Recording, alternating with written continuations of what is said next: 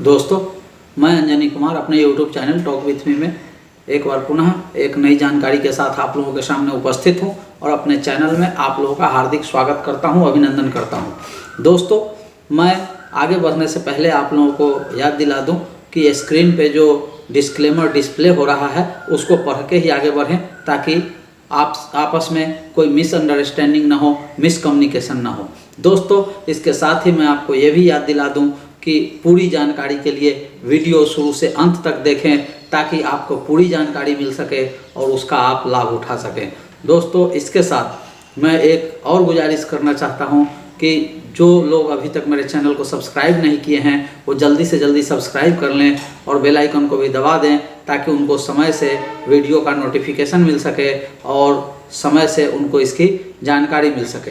दोस्तों, अब आज मैं आपके लिए एक फार्मास्यूटिकल्स कंपनी के बारे में लेकर आया हूं, जिसको कई बार अभी तक 1-1.5 महीने में कई लोगों ने रिक्वेस्ट करी कि उस पर वीडियो बनाइए, तो मैंने आज उसको बनाने का फैसला किया और मैं आप लोगों के लिए वीडियो बना रहा हूं।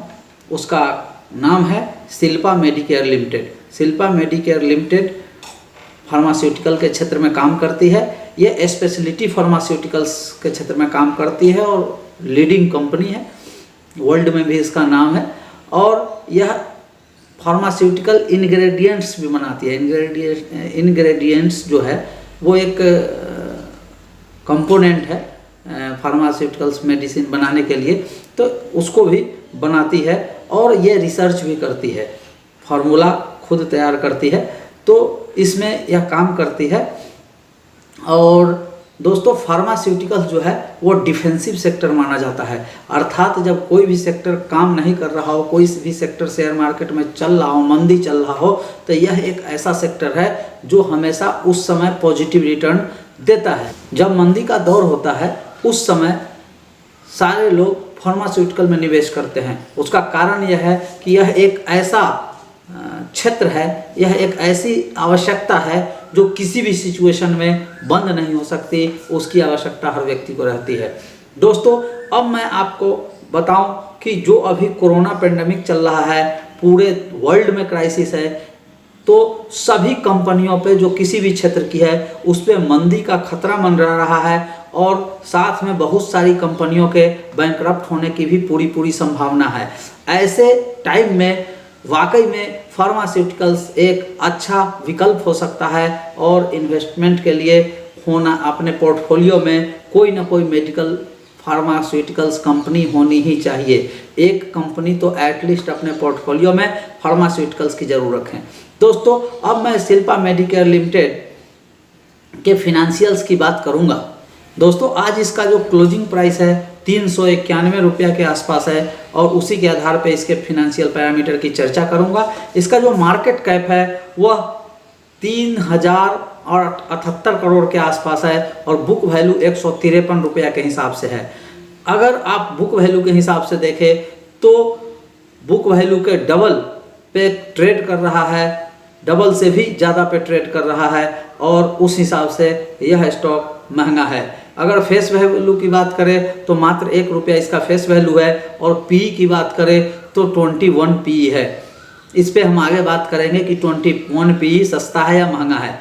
52 वीक हाई लो की बात करें तो 538 रुपया का इसका 52 वीक हाई है और 190 रुपया 80 पैसा का इसका 52 वीक लो है। इसका डिविडेंड जो है मात्र 0.29% यील्ड है, क्योंकि 1 रुपया 10 पैसा इसने अभी डिविडेंड दिया है।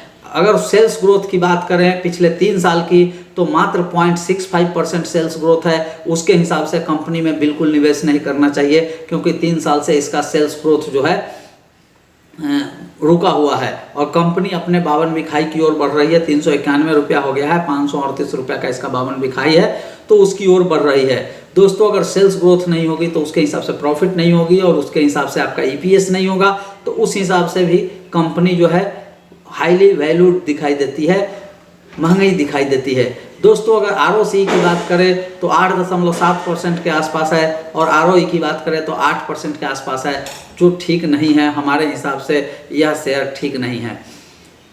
अगर फिनेंशियल ईयर 18-19 की बात करें तो मात्र 663 रुपये का इसका सेल्स है और 124 करोड़ का प्रॉफिट है। उसके हिसाब से 15 रुपये के आसपास का ईपीएस इसने जनरेट किया था पिछले फिनेंशियल ईयर में। और दिसंबर की बात करें तो 216 करोड़ का सेल्स है, जो आप देखिएगा तो बढ़ा हुआ है, और 56 करोड़ का प्रॉफिट है, और देखिएगा तो लगभग 7 रुपये के आसपास का ईपीएस है। दोस्तों 7 रुपये के ईपीएस के हिसाब से देखिएगा, अगर यह company EPS profit of margin maintain करती है तो अगले फिनेंशियल ईयर में 28 रुपये के आसपास का ईपीएस होगा, जो बहुत ही अच्छा ईपीएस 15 की तुलना में कहा जा सकता है। उसके हिसाब से ऐसा लगता है कि कंपनी अपने 52वीं खाई को क्रॉस करेगी, जो अभी तक का फिनेंशियल परफॉर्मेंस है उसके हिसाब से।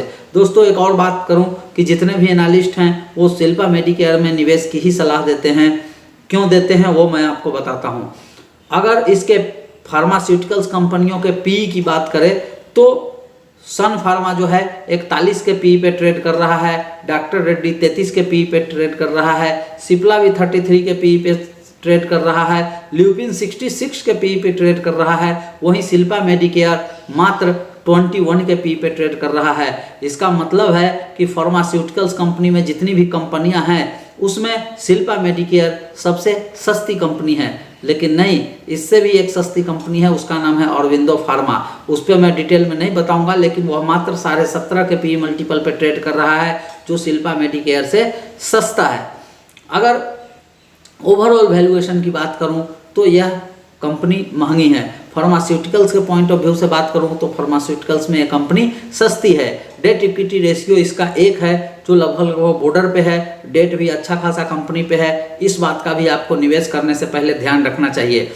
इसके बाद इसकी फार्मास्यूटिकल्स कंपनी की जो बहुत सारा पैसा होता है वो एक पार्ट उसके रिसर्च पे जाता है, फॉर्मुलेशन कारोबार पे जाता है। वो तत्कालिक इम्पैक्ट नहीं डालता है, वो फ्यूचर में इम्पैक्ट डालता है। ये इसका हाइड एक तरीके से पूरा का पूरा होता है, जो किसी को पता नहीं रहता कब कौन से चीज़ में इनोवेट हो जाए या वो बर्बाद हो जाए, क्योंकि उसका रिसर्च कुछ फ्रूटफुल नहीं हुआ। तो इस तरीके से आपको ये भी ध्यान रखना पड़ेगा। दोस्तों अगर शेयर होल्डिंग पैटर्न की बात करें तो प्रमोटर की होल्डिंग जो है 54% के आसपास है, 53.80% के आसपास है, जिसमें 5.5% शेयर जो है प्लेस्ड है, अर्थात गिरवी रखा हुआ है।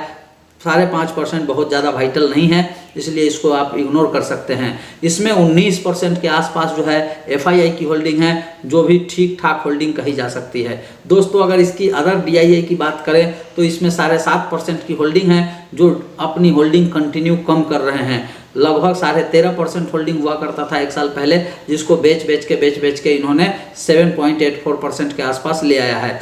दोस्तों जनरल पब्लिक के पास 19% के आसपास शेयर है और म्यूचुअल फंड ने अपनी होल्डिंग बेच के निकल गए हैं। इसमें किसी भी म्यूचुअल फंड का कोई निवेश नहीं है। दोस्तों अब अगर कंक्लूजन की बात करें तो इस पूरे कंपनी के बारे में अगर फार्मास्यूटिकल्स पॉइंट ऑफ व्यू से देखें तो यह कंपनी फार्मास्यूटिकल्स में निवेश करने योग्य है, ये मेरा भी मत है। लेकिन अगर जनरल पूरे ओवरऑल सभी सेक्टर को उठा के देखें तो 21 के पी मल्टीपल पे आज के डेट में जब कोरोना क्राइसिस चल रहा है और सारे कंपनी कूड़े के भाव में मिल रहे हैं, तो इसमें बिल्कुल भी निवेश नहीं करना चाहिए। फैसला आपके हाथ है, क्योंकि पैसा भी आपका है, प्रॉफिट भी आपका है, लॉस भी आपका है, इसलिए डिसीजन भी आपका है। दोस्तों इसके साथ मैं आप लोगों से गुजारिश करता हूं कि मेरे वीडियो में दी गई इन्फॉर्मेशन का उपयोग अपने इन्वेस्टमेंट डिसीजन के लिए ना करें।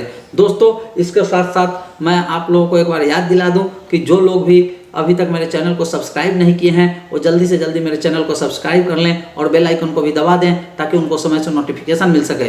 दोस्तों अगर मेरी वीडियो अच्छी लगी हो, अगर मेरे द्वारा दी गई जानकारी अच्छी लगी हो, अगर उससे आप लोगों को कुछ मदद मिलता हो, तो मेरे वीडियो को ज़्यादा से ज़्यादा अपने दोस्तों के बीच में शेयर करिए, लाइक करिए और कमेंट करके अपने विचारों से मुझे अवगत जरूर कराइए। अगर आपको भी कोई कंपनी पे रिसर्च चाहिए, एनालिसिस चाहिए, तो कमेंट बॉक्स में कमेंट करके ज़रूर सूचित करें।